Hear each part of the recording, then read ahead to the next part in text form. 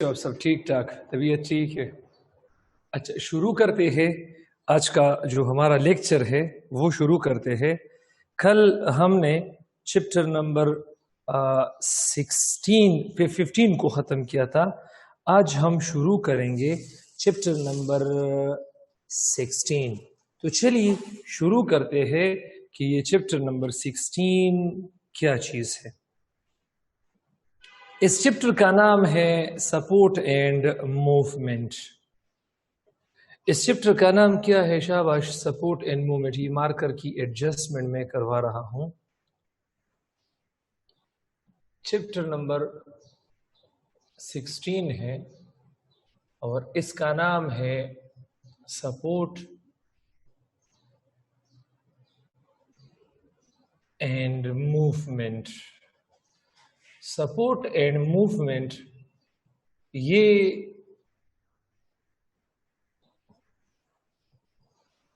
आज का जो हमारा नया चैप्टर शुरू होने वाला है उसका नाम है। अब इस चैप्टर में पार्ट ए सपोर्ट है, ये एक पार्ट है और ये दूसरा पार्ट है। तो इस चैप्टर का पार्ट ए शुरू करते हैं। चैप्टर 16 का पार्ट ए जिसका नाम है सपोर्ट।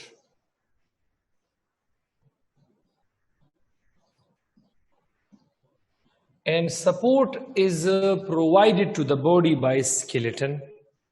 बॉडी को सपोर्ट प्रोवाइड करता है कौन? Skeleton. Support is provided to the body by skeleton. तो मैं लिख सकता हूं इस तरह कि सपोर्ट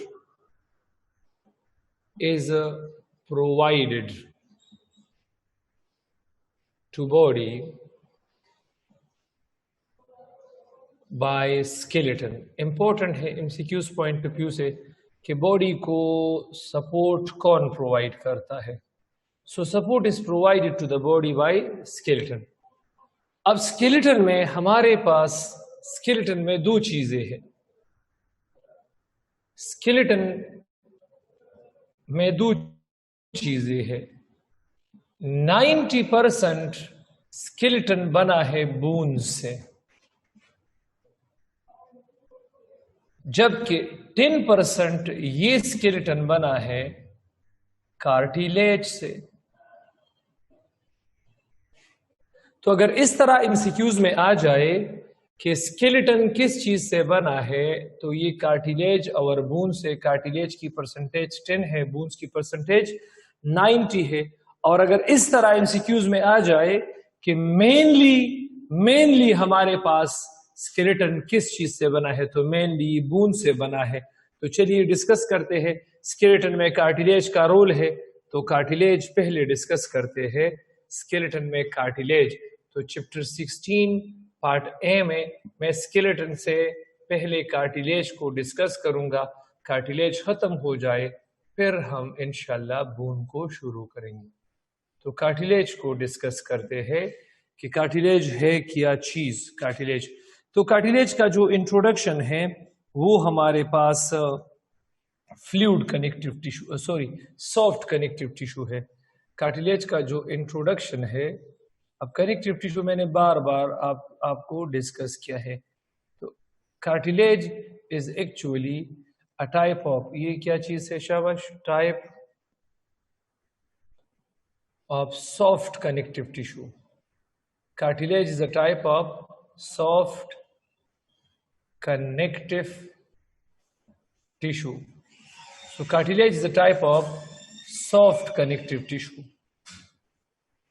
इस तरह है। अब इंट्रोडक्शन के बाद हम डिस्कस करेंगे कार्टिलेज के दूसरे जो बेसिक प्रॉपर्टीज है कि कार्टिलेज हमारे पास इसका जो मेन फंक्शन है वो क्या चीज है। इसका जो फंक्शन है, ये बॉडी को फ्लेक्सिबिलिटी प्रोवाइड करता है। It provides flexible support to the body. It provides flexible support to skeleton. Body का जो स्केलेटन है, स्केलेटन को फ्लेक्सिबिलिटी ये प्रोवाइड करता है। ये जितनी भी पॉइंट्स मैं लिख रहा हूं सब के सब एमसीक्यूज पॉइंट ऑफ व्यू से बहुत इंपॉर्टेंट है। अब कार्टिलेज में हमारे पास कार्टिलेज में ब्लड वेसल्स नहीं है, कार्टिलेज में ब्लड वेसल्स नहीं है। ब्लड वेसल्स की मैं बात कर रहा हूं, तो कार्टिलेज में ब्लड वेसल्स ये डू नॉट एग्जिस्ट, इसमें ब्लड वेसल्स नहीं होते हैं, ब्लड वेसल इसमें नहीं है। जब ब्लड वेसल इसमें नहीं है तो इसका हीलिंग प्रोसेस जो है, हीलिंग प्रोसेस मतलब जख्मी होने के बाद दोबारा ठीक होना हीलिंग कहलाता है। तो healing process, healing of cartilage, healing of cartilage is very much slow. अब cartilage is very much slow.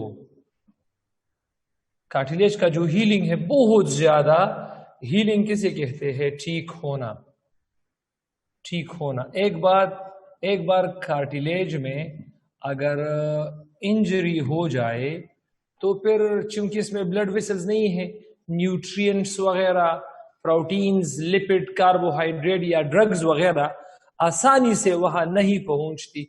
जब आसानी से नहीं पहुंचती तो ये हमारे पास क्या है? इसका हीलिंग प्रोसेस हम कहते हैं कि बहुत ज्यादा ये हमारे पास स्लो है। अच्छा, अब हम डिस्कस करते हैं कार्टिलेज में जो हमारे पास सेलुलर अरेंजमेंट है वो क्या चीज है। कार्टिलेज में ब्लड वेसल तो नहीं है, तो डेफिनेटली यहाँ सेलुलर अरेंजमेंट का मैं जिक्र करूंगा कि कार्टिलेज में सेलुलर अरेंजमेंट किस तरह है। तो कार्टिलेज में दो तरह के सेल्स होते हैं। Cartilage contain two types of sales,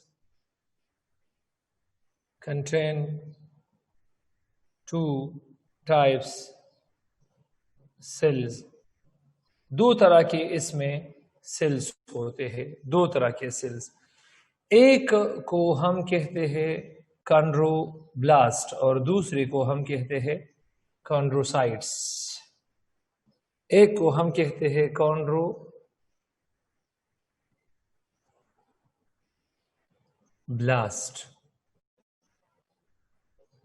और ये इमेच्योर कार्टिलेज सेल है, इमेच्योर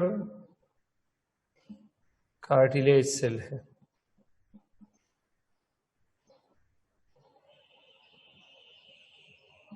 और दूसरा हमारे पास है कॉन्ड्रोसाइट्स, कॉन्ड्रोसाइट्स। तो कॉन्ड्रोसाइट्स हमारे पास मैच्योर कार्टिलेज सेल है, मैच्योर कार्टिलेज सेल्स है, मैच्योर कार्टिलेज सेल है हमारे पास। तो इसकी सेलुलर अरेंजमेंट है। अच्छा, ये कॉन्ड्रो का लफ्ज कार्टिलेज के लिए कॉन्ड्रो का लफ्ज इस्तेमाल होता है। इसके लिए जो साइंटिफिक टर्मिनोलॉजी है ये कॉन्ड्रो है, साइंटिफिक। कॉन्ड्रो किसे कहते हैं? ग्रीक जुबान में कार्टिलेज कहते हैं। और ओस्टियन किसे कहते हैं? ये हमारे पास ओस्टियन बोन को कहते हैं। अब कार्टिलेज में हमारे पास टाइप ऑफ कोलेजन, जो कोलेजन प्रोटीन है, टाइप ऑफ कोलेजन। तो कार्टिलेज में हमारे पास कोलेजन 2 है, कोलेजन 2, कोलेजन 2 या टाइप 2 कोलेजन भी उसको हम कहते हैं। ये हमारे पास क्या चीज है?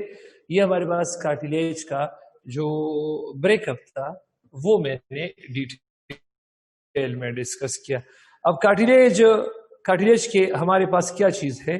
कार्टिलेज के हमारे पास अब तीन अक़साम है, टाइप्स ऑफ कार्टिलेज। तो कार्टिलेज की 3 अक़साम है। पहले नंबर पर हमारे पास हाइलिन कार्टिलेज है। हाइलिन कार्टिलेज को ऑलरेडी हमने डिस्कस भी किया है, चैप्टर नंबर 1 में आई थिंक हमने इसको डिस्कस किया था। तो हाइलिन कार्टिलेज ये ग्लास लाइक कार्टिलेज है। अब इसके बाद अगले यहाँ कार्टिलेज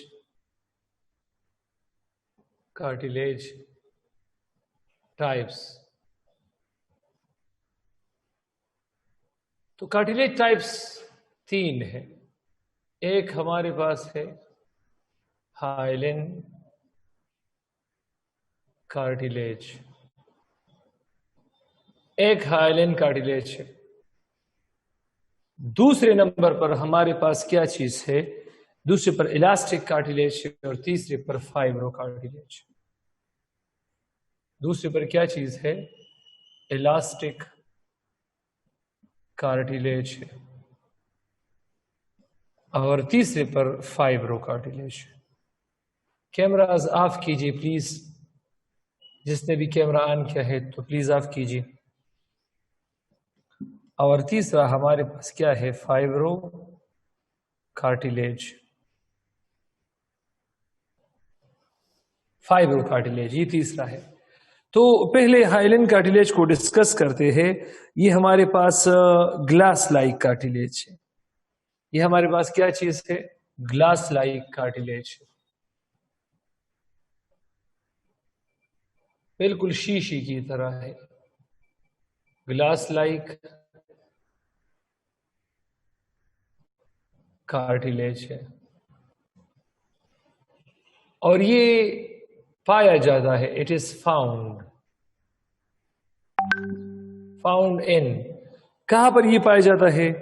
नोज में है, लेरिंग्स में है।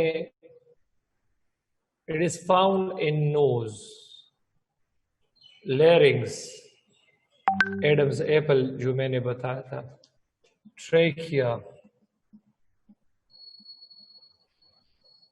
रिब्स में। इस चैप्टर में मैं रिब्स में समझाऊंगा।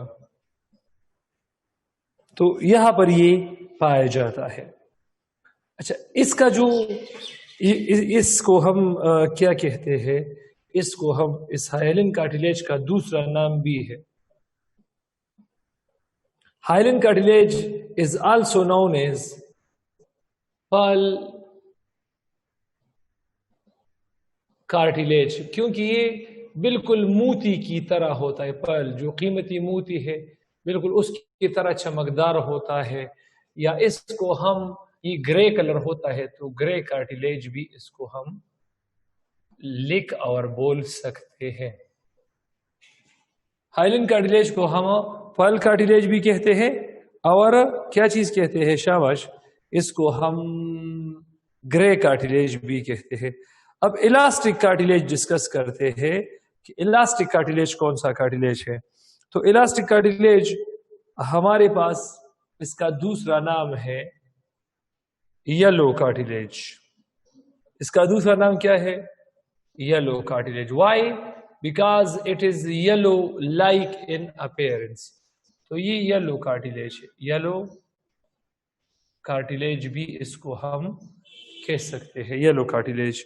और ये हमारे पास एक ऐसा कार्टिलेज है जो बिल्कुल इसमें बहुत ज्यादा इलास्टिक फाइबर्स होते हैं। Elastic fibres,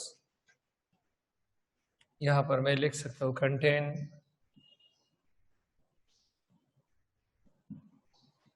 many elastic fibers।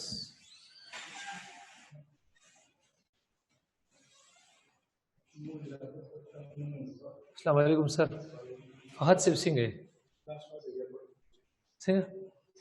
अस्सलाम वालेकुम, फहद सिर्फ द ग्रेट। और ये कहां पर? इलास्टिक कार्टिलेज, इसमें बहुत ज्यादा इलास्टिक फाइबर्स होते हैं। और ये हमारे पास इपिग्लाटिस में, यूस्टेशियन ट्यूब में प्रेजेंट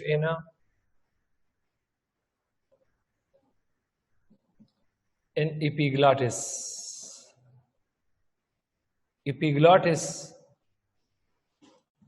यूस्टेशियन ट्यूब में ये वगैरह पाया जाता है।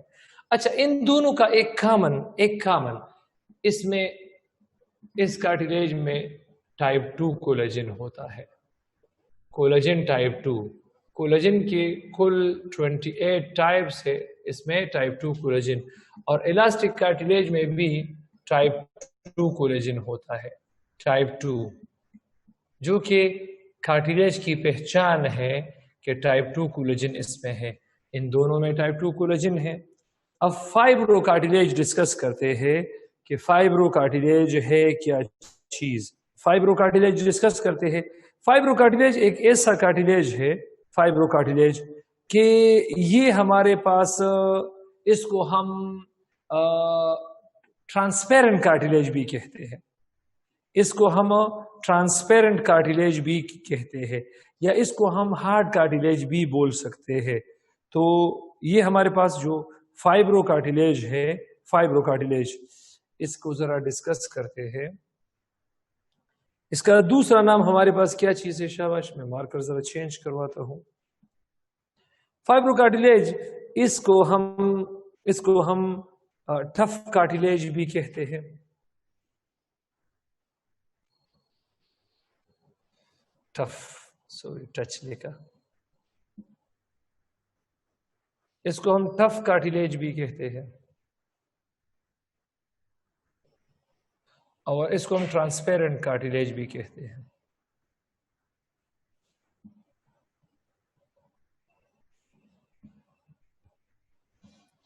और इस कार्टिलेज में बहुत ज्यादा इंपॉर्टेंट है एमसीक्यूज पॉइंट ऑफ व्यू से कि इसमें टाइप 1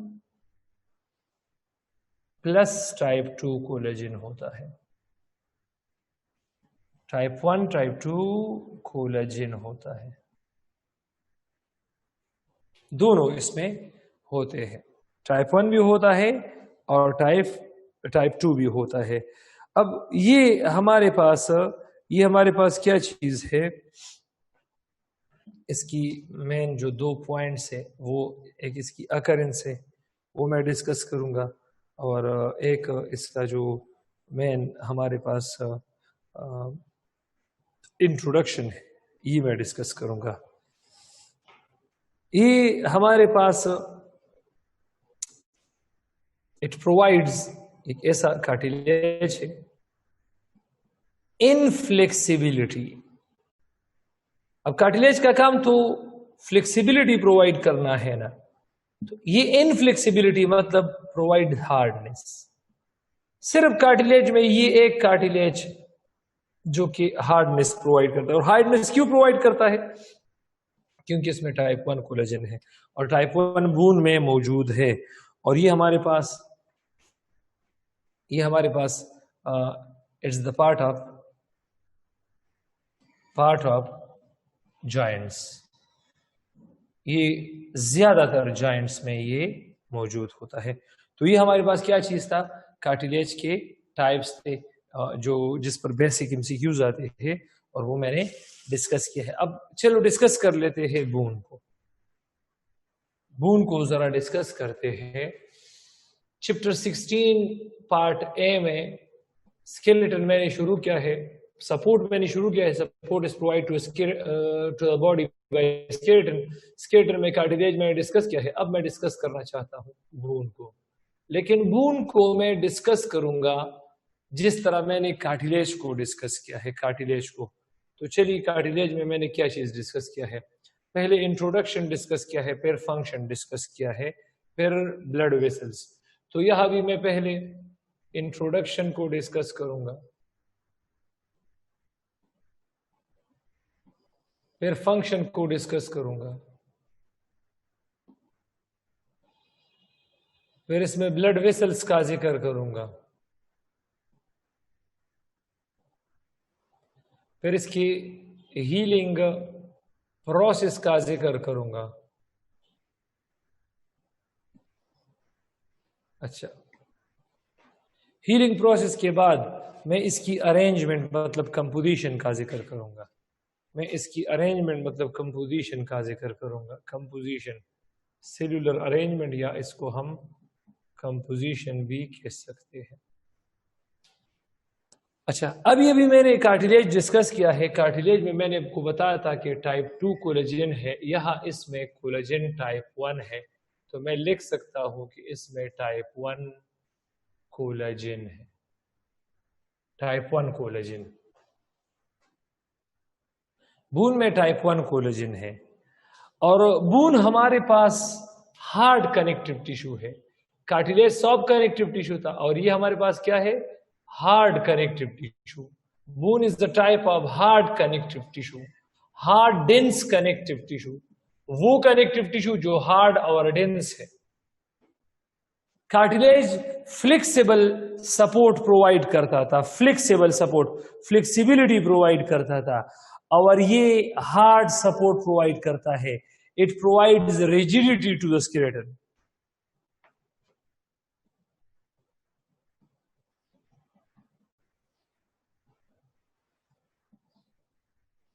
रिजिडिटी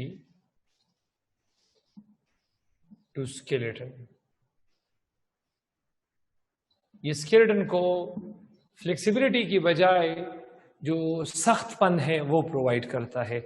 इसमें हमारे पास ये जो ब्लड वेसल है ये प्रेजेंट होते हैं। तो जब ब्लड वेसल प्रेजेंट है तो ब्लड फ्लो कर सकता है, protein, lipid, carbohydrate, vitamin, drugs वगैरह फ्लो कर सकते हैं। तो अगर इसको इंजरी हो जाए तो इसका इंजरी के बाद रिकवर होना, हीलिंग टाइम, हीलिंग प्रोसेस, ये फास्ट है, फास्ट। तो ये हमारे पास क्या चीज है? फास्ट है।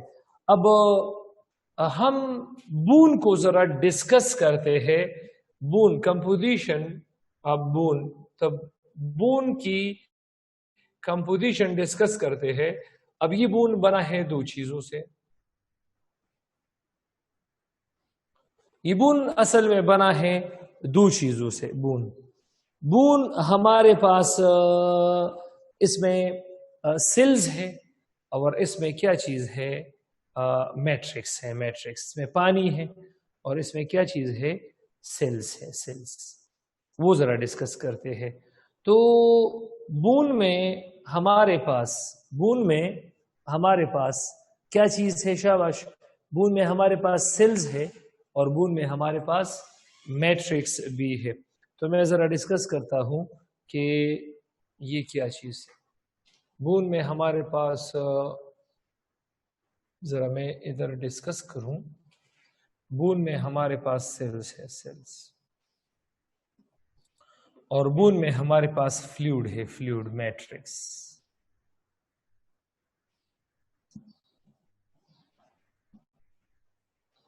सेल्स ये बोन का सॉलिड पार्ट कंसिडर होता है,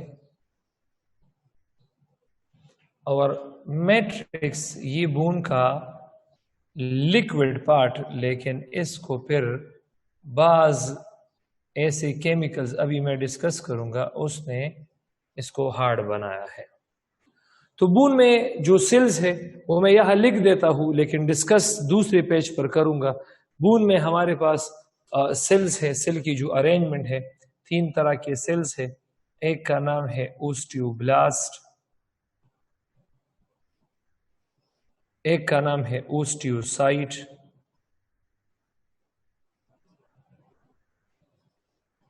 ओस्टियोसाइट, और जो लास्ट वन है, लास्ट वन,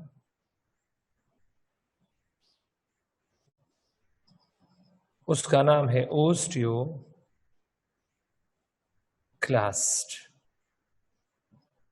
इसको तो मैं डिस्कस करूंगा, लेकिन पहले इस मैट्रिक्स को डिस्कस करते हैं। बून में जो मैट्रिक्स है, मैट्रिक्स ये दो चीजों से बना है।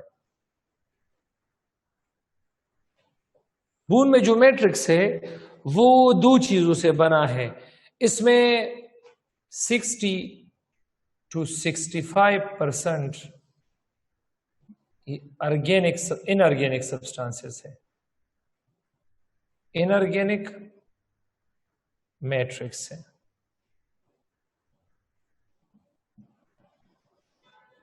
और 30 to 35% ये क्या है? Organic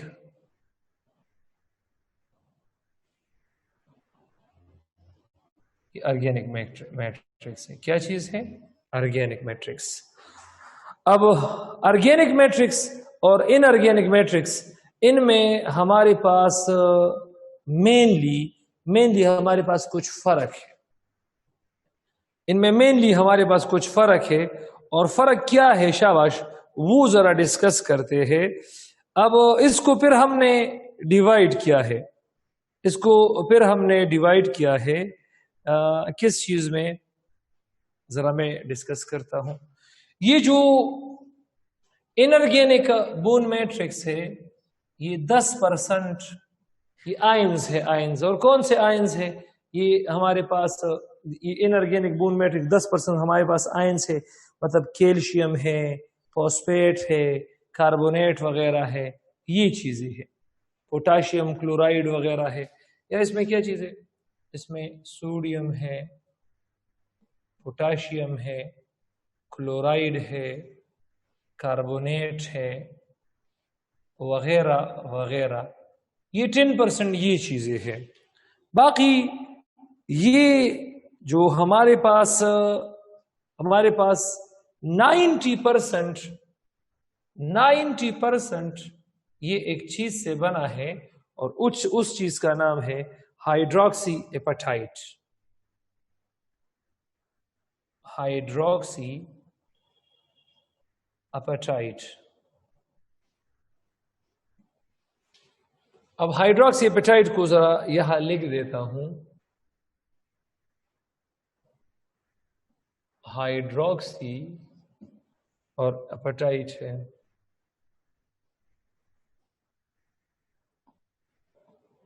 hydroxy apatite. इसका फार्मूला क्या है? इसका फार्मूला है कैल्शियम, इसमें कैल्शियम है Ca5, फास्फेट है PO4 और हाइड्रोक्साइड है OH। Ca क्या चीज है शाबाश? Ca5 PO4 और OH2 इस तरह है। Ca5 PO4 OH2 मतलब हाइड्रोक्सल फास्फेट और कैल्शियम के कॉम्बिनेशन से हाइड्रोक्सी एपेटाइट ये बनता है। ये it is the chief inorganic bone matrix. Inorganic bone matrix में सबसे ज्यादा ये है, 90% है। और इसका काम क्या है? इसका काम बोन रिजिडिटी है, बोन को सख्तपन प्रोवाइड करना है, बोन को सख्ती प्रोवाइड करना है। It helps in bone rigidity. और ऑर्गेनिक बोन मैट्रिक्स अगर इसको आप 100% में शुमार कर ले तो 10% ये हमारे पास ग्लाइको प्रोटीन है, और 90% ये हमारे पास कोलेजन है।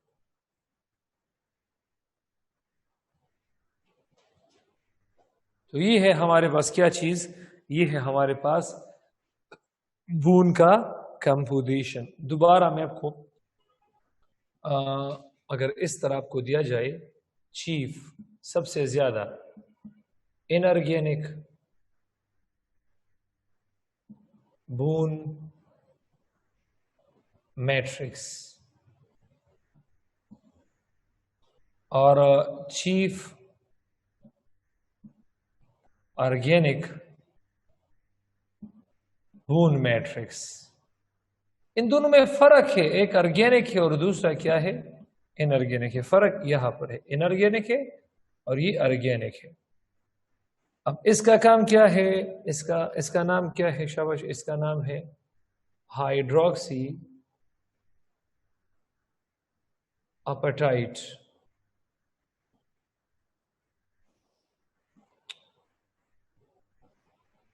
और जी चीफ ऑर्गेनिक बोन मैट्रिक्स, ये हमारे पास है कोलेजन।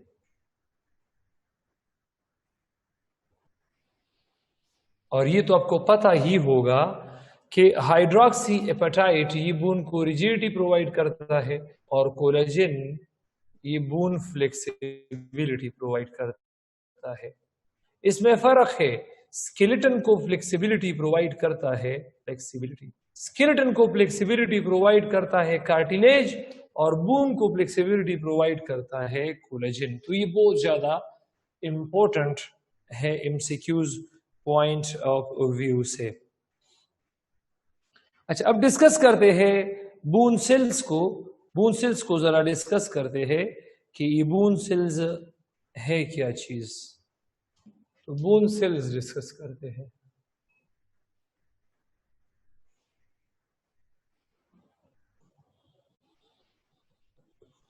अब बोन सेल्स में पहले नंबर पर, दूसरे नंबर पर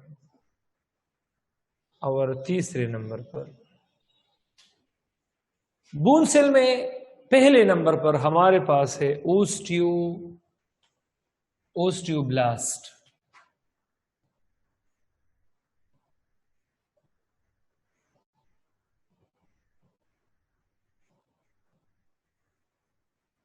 दूसरे नंबर पर है ओस्टियोसाइट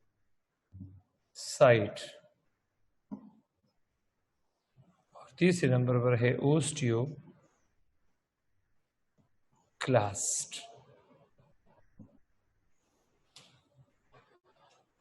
अब ओस्टियोब्लास्ट डिस्कस करते हैं। ये हमारे पास स्मॉल बोन सेल्स है। ये हमारे पास क्या चीज है? स्मॉल बोन सेल्स है। ये स्मॉल बोन सेल्स है। इसमें एक न्यूक्लियस है तो मोनोन्यूक्लिएट है।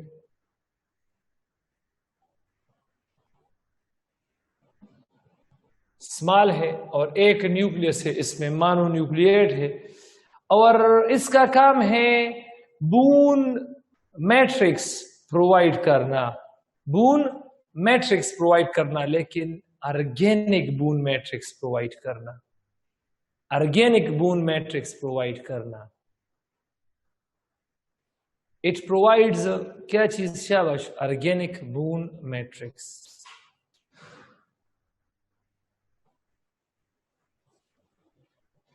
It produces organic bone matrix। इसको और भी डिस्कस करते हैं, लेकिन इसकी जरा कंपैरिजन चेक कर लो। ये 3 पॉइंट्स ओस्टियोब्लास्ट की जो है वो ओस्टियोसाइट के साथ आप अभी कंपेयर कर लो तो पता चलेगा। ये हमारे पास ओस्टियोब्लास्ट स्मॉल है और साइट लार्ज है। वो मोनोन्यूक्लिएट है, ये भी मोनोन्यूक्लिएट है, लेकिन कभी कभी ये बाई न्यूक्लिएट भी होता है और sometimes by nucleate.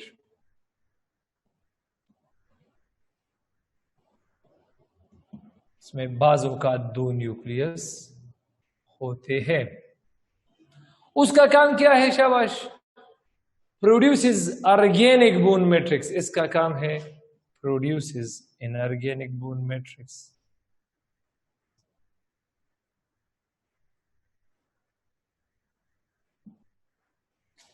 It produces inorganic bone matrix. इस तरह है।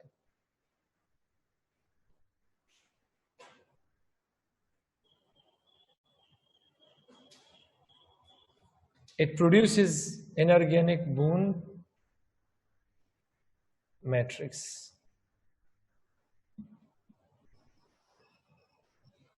अब जरा यहां देखो, ये जो ऑर्गेनिक बोन मैट्रिक्स है, मतलब ये 35% मैं लूंगा, 30 to 35% है, ये पैदा करता है। और जो इनऑर्गेनिक बोन मैट्रिक्स है, लेट्स सपोज मैं 65% लूंगा, तो बोन मैट्रिक्स को स्टॉप करता है कौन स्टॉप करता है? ओस्टियोसाइट। ओस्टियोसाइट दिन, दिन का मतलब है लेटर, बाद में, stops the Boone matrix formation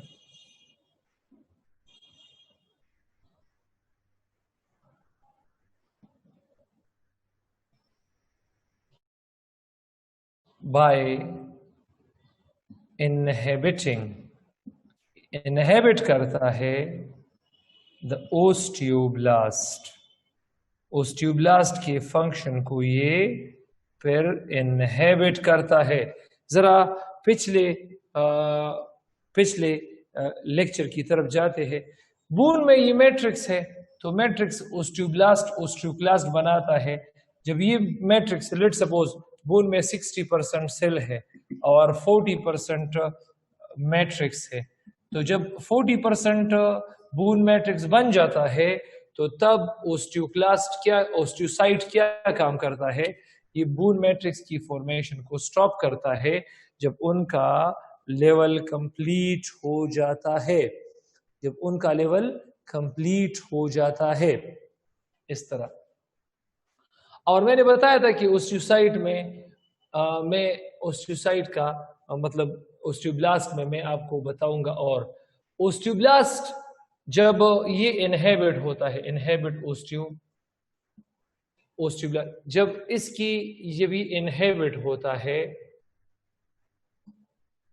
तो ये कन्वर्ट होता है ओस्टियोसाइट में।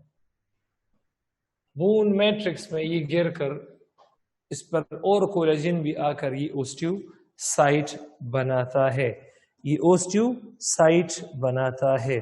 इस तरह है, ये हमारे पास इस तरह है। ओस्टियोसाइट क्या चीज है? ओस्टियोसाइट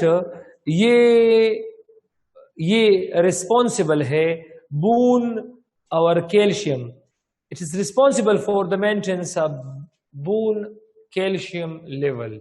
बून कैल्शियम लेवल को ये क्या काम करता है? ये रेगुलराइज करता है, ये maintain.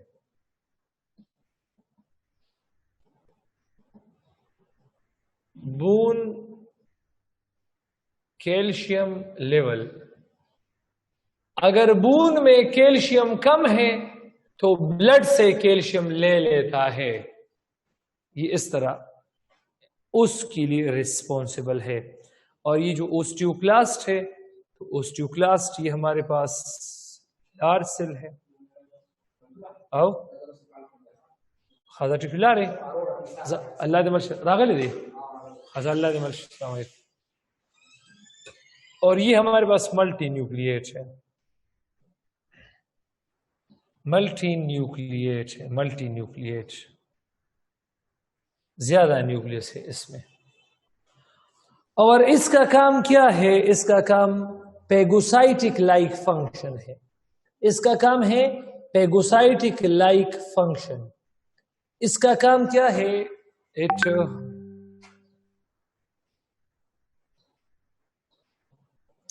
acts as phagocytic like function। ये पेगोसाइटिक लाइक फंक्शन करता है। क्यों पेगोसाइटिक लाइक फंक्शन करता है? क्योंकि ये बून टिश्यू को रिमूव करता है। चूंकि ये किसको रिमूव करता है? ये रिमूव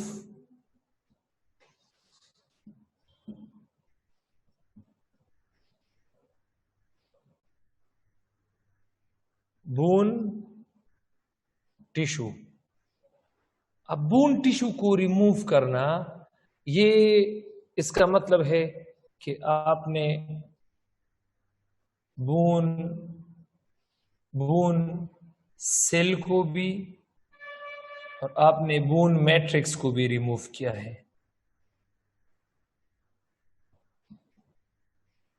अब बून में लेट्स सपोज ओस्टियोसाइट ने ब्लड से ज्यादा कैल्शियम लेकर बून पे डिपॉजिट किया है, तो ज्यादा कैल्शियम को रिमूव करना किसका काम है?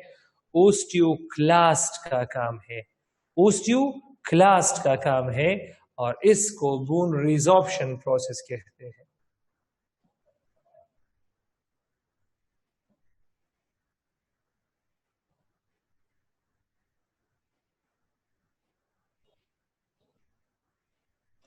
इसको बून रिजॉर्प्शन प्रोसेस कहते हैं।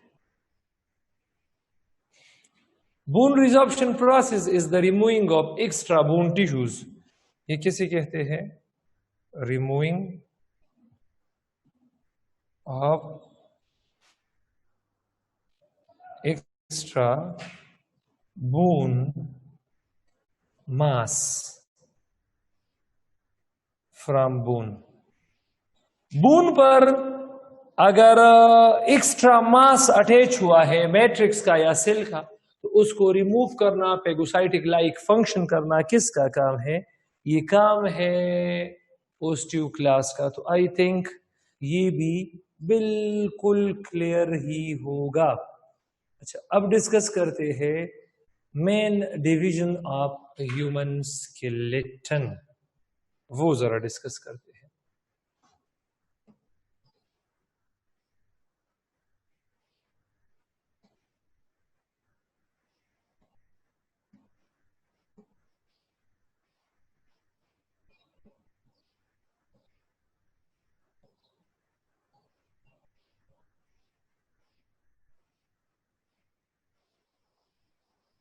Main divisions of human skeleton. अब ये तो आपको पता ही होगा कि एक बच्चा जब पैदा होता है तो उसमें 350 बोन्स होते हैं, जो स्लोली ग्रेजुअली फाइब्रोकार्टिलेज उसमें होता है, जो फ्यूजन होती है उसकी बोन्स के साथ, तो 206 बोन्स बनते हैं। अब हमारे पास कार्टिलेज की मेन डिवीजन है। अब हमारे पास एक एक्सियल स्केलेटन है और एक अपेंडिकुलर स्केलेटन है। तो चलिए इसको जरा देख। तो कार्टिलेज की मेन दो डिवीजन है। एक हमारे पास है एक्सियल, सॉरी कार्टिलेज की नहीं, ह्यूमन स्केलेटन की दो डिवीजन है। एक हमारे पास है एक्सियल स्केलेटन और दूसरा हमारे पास है appendicular skeleton.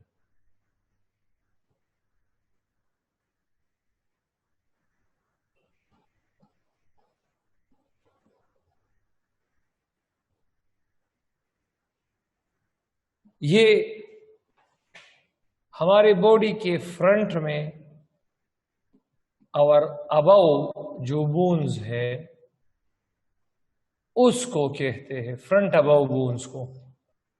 Front above bones को हम क्या कहते हैं? Axial skeleton. और ये हमारे पास लोअर और साइडेड बोन्स इसमें शामिल होते हैं। इसमें क्या क्या चीज शामिल है? शाबाश। इसमें हमारे पास है हमारे पास इसमें हमारे पास स्कल आता है, स्कल। और स्कल फर्दर तीन चीजों पे बना है। हेड से बना है जिसको हम क्रेनियम कहते हैं, फेस जिसको हम फेस ही बोलते हैं या वाइसेरोक्रेनियम, और ईयर। अब हेड में हमारे पास 8 बोन्स है, तो ये इंतहाई इंपॉर्टेंट है। हेड में क्या चीज है? 8 बोन्स है। फेस में 14 बोन्स है और ईयर में 6 बोन्स है। तो ये हमारे पास इसमें पहले नंबर पर क्या आता है? पहले नंबर पर हमारे पास इसमें स्कल आता है। स्कल में कुल ओवरऑल 28 बोन्स है, वरना 20। स्कल में हमारे पास टोटल कितनी बोन्स है? 28 बोन्स है। अच्छा, दूसरे नंबर पर इसमें हमारे पास ट्रंक आता है, ट्रंक। अब ट्रंक में निक है, निक और निक के बाद ट्रंक में हमारे पास चेस्ट बोन है, चेस्ट बोन्स है, और वर्टिब्रल कॉलम है,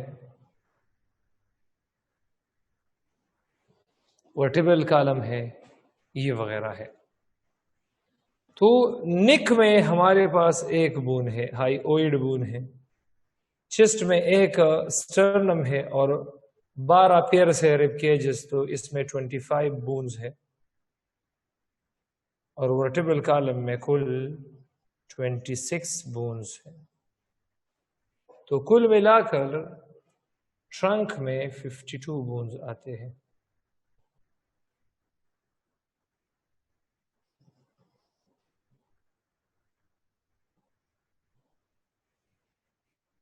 इसमें हमारे पास कुल 52 बोन्स आते हैं, 52 बोन्स।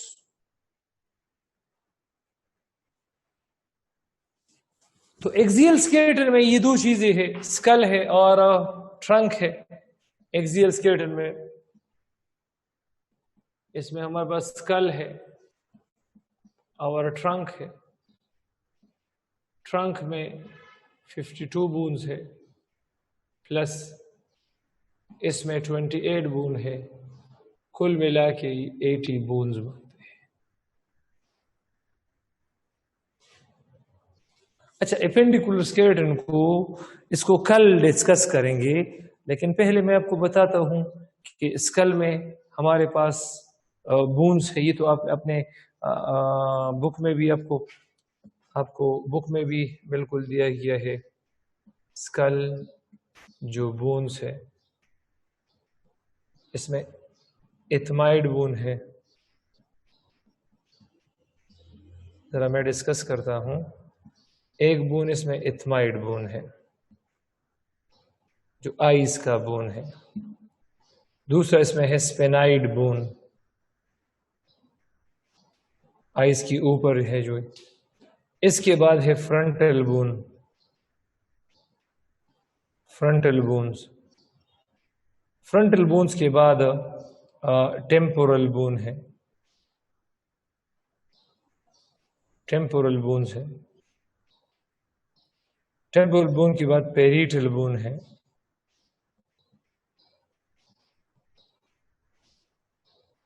और ऑसिपिटल बोन है, बैक हेड जो बोन है।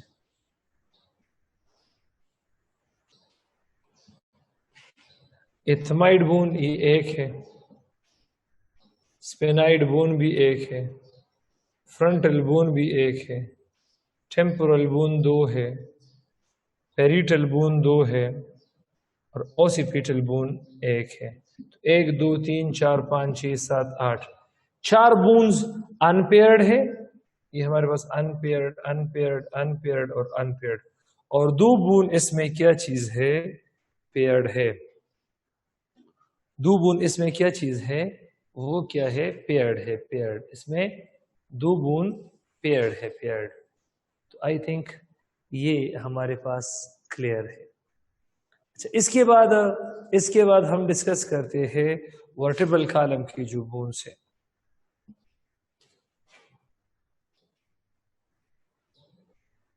बोन्स ऑफ वर्टिब्रल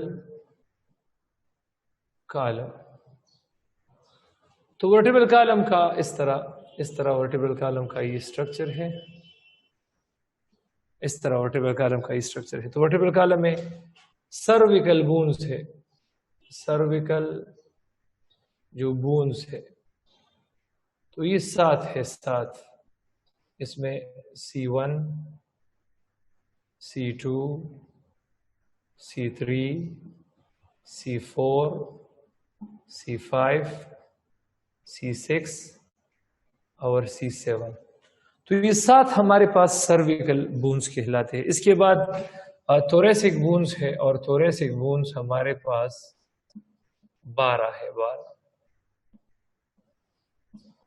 इसमें T1, T2, T3, T4, T5, T6, T7, T8, T9, T10, T11 और T12। इस तरह। इसके बाद लंबर बोन्स है,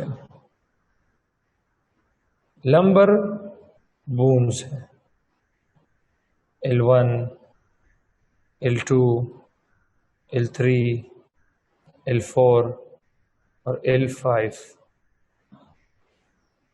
इसके बाद सैक्रल बोन है, ये 5 है, 5 सैक्रल बोन्स। ये हमारे पास 1 है, S1, और एक बोन हमारे पास कॉक्सिजल है, CC। मेल्स वेस्टीज भी कहते हैं, टेल बोन भी इसको हम कहते हैं। तो ये 1 है।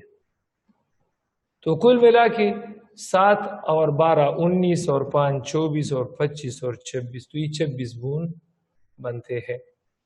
इसमें ये जो C1 है, C1 इसको एटलस कहते हैं, एटलस। और स्कल इस पे रेस्ट करता है, स्कल रेस्ट्स ऑन इट। ये जो इसमें C2 है, C2 इसको हम एक्सिस कहते हैं, और जो पेक्टोरल गिर्डल है वो इसके साथ, पेक्टोरल गिर्डल अटैचेस हेयर। और ये जो S1 है, तो इसको सैक्रल, सिर्फ सैक्रल कहते हैं, सैक्रल।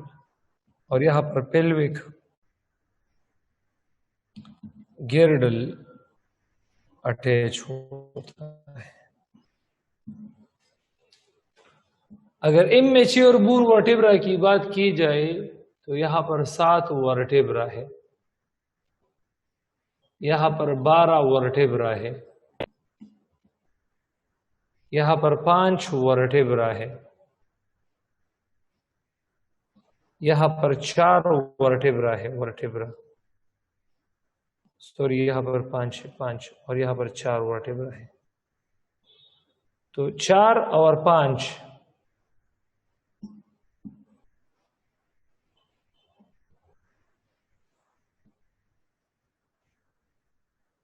तो 4 और 5 9 और 5 14 और 12 26 और 7 33। तो वर्टेब्रल कॉलम में बोन्स कितने हैं? अब इमेच्योर बोन की अगर बात की जाए तो 33 इसमें वर्टेब्रा है, इमेच्योर बोन्स। और ये जब मैच्योर होते हैं तो 26 बोन्स बनाते हैं। तो आज के लिए इतना ही काफी है। अगर कोई क्वेश्चन है तो पूछ सकते हैं।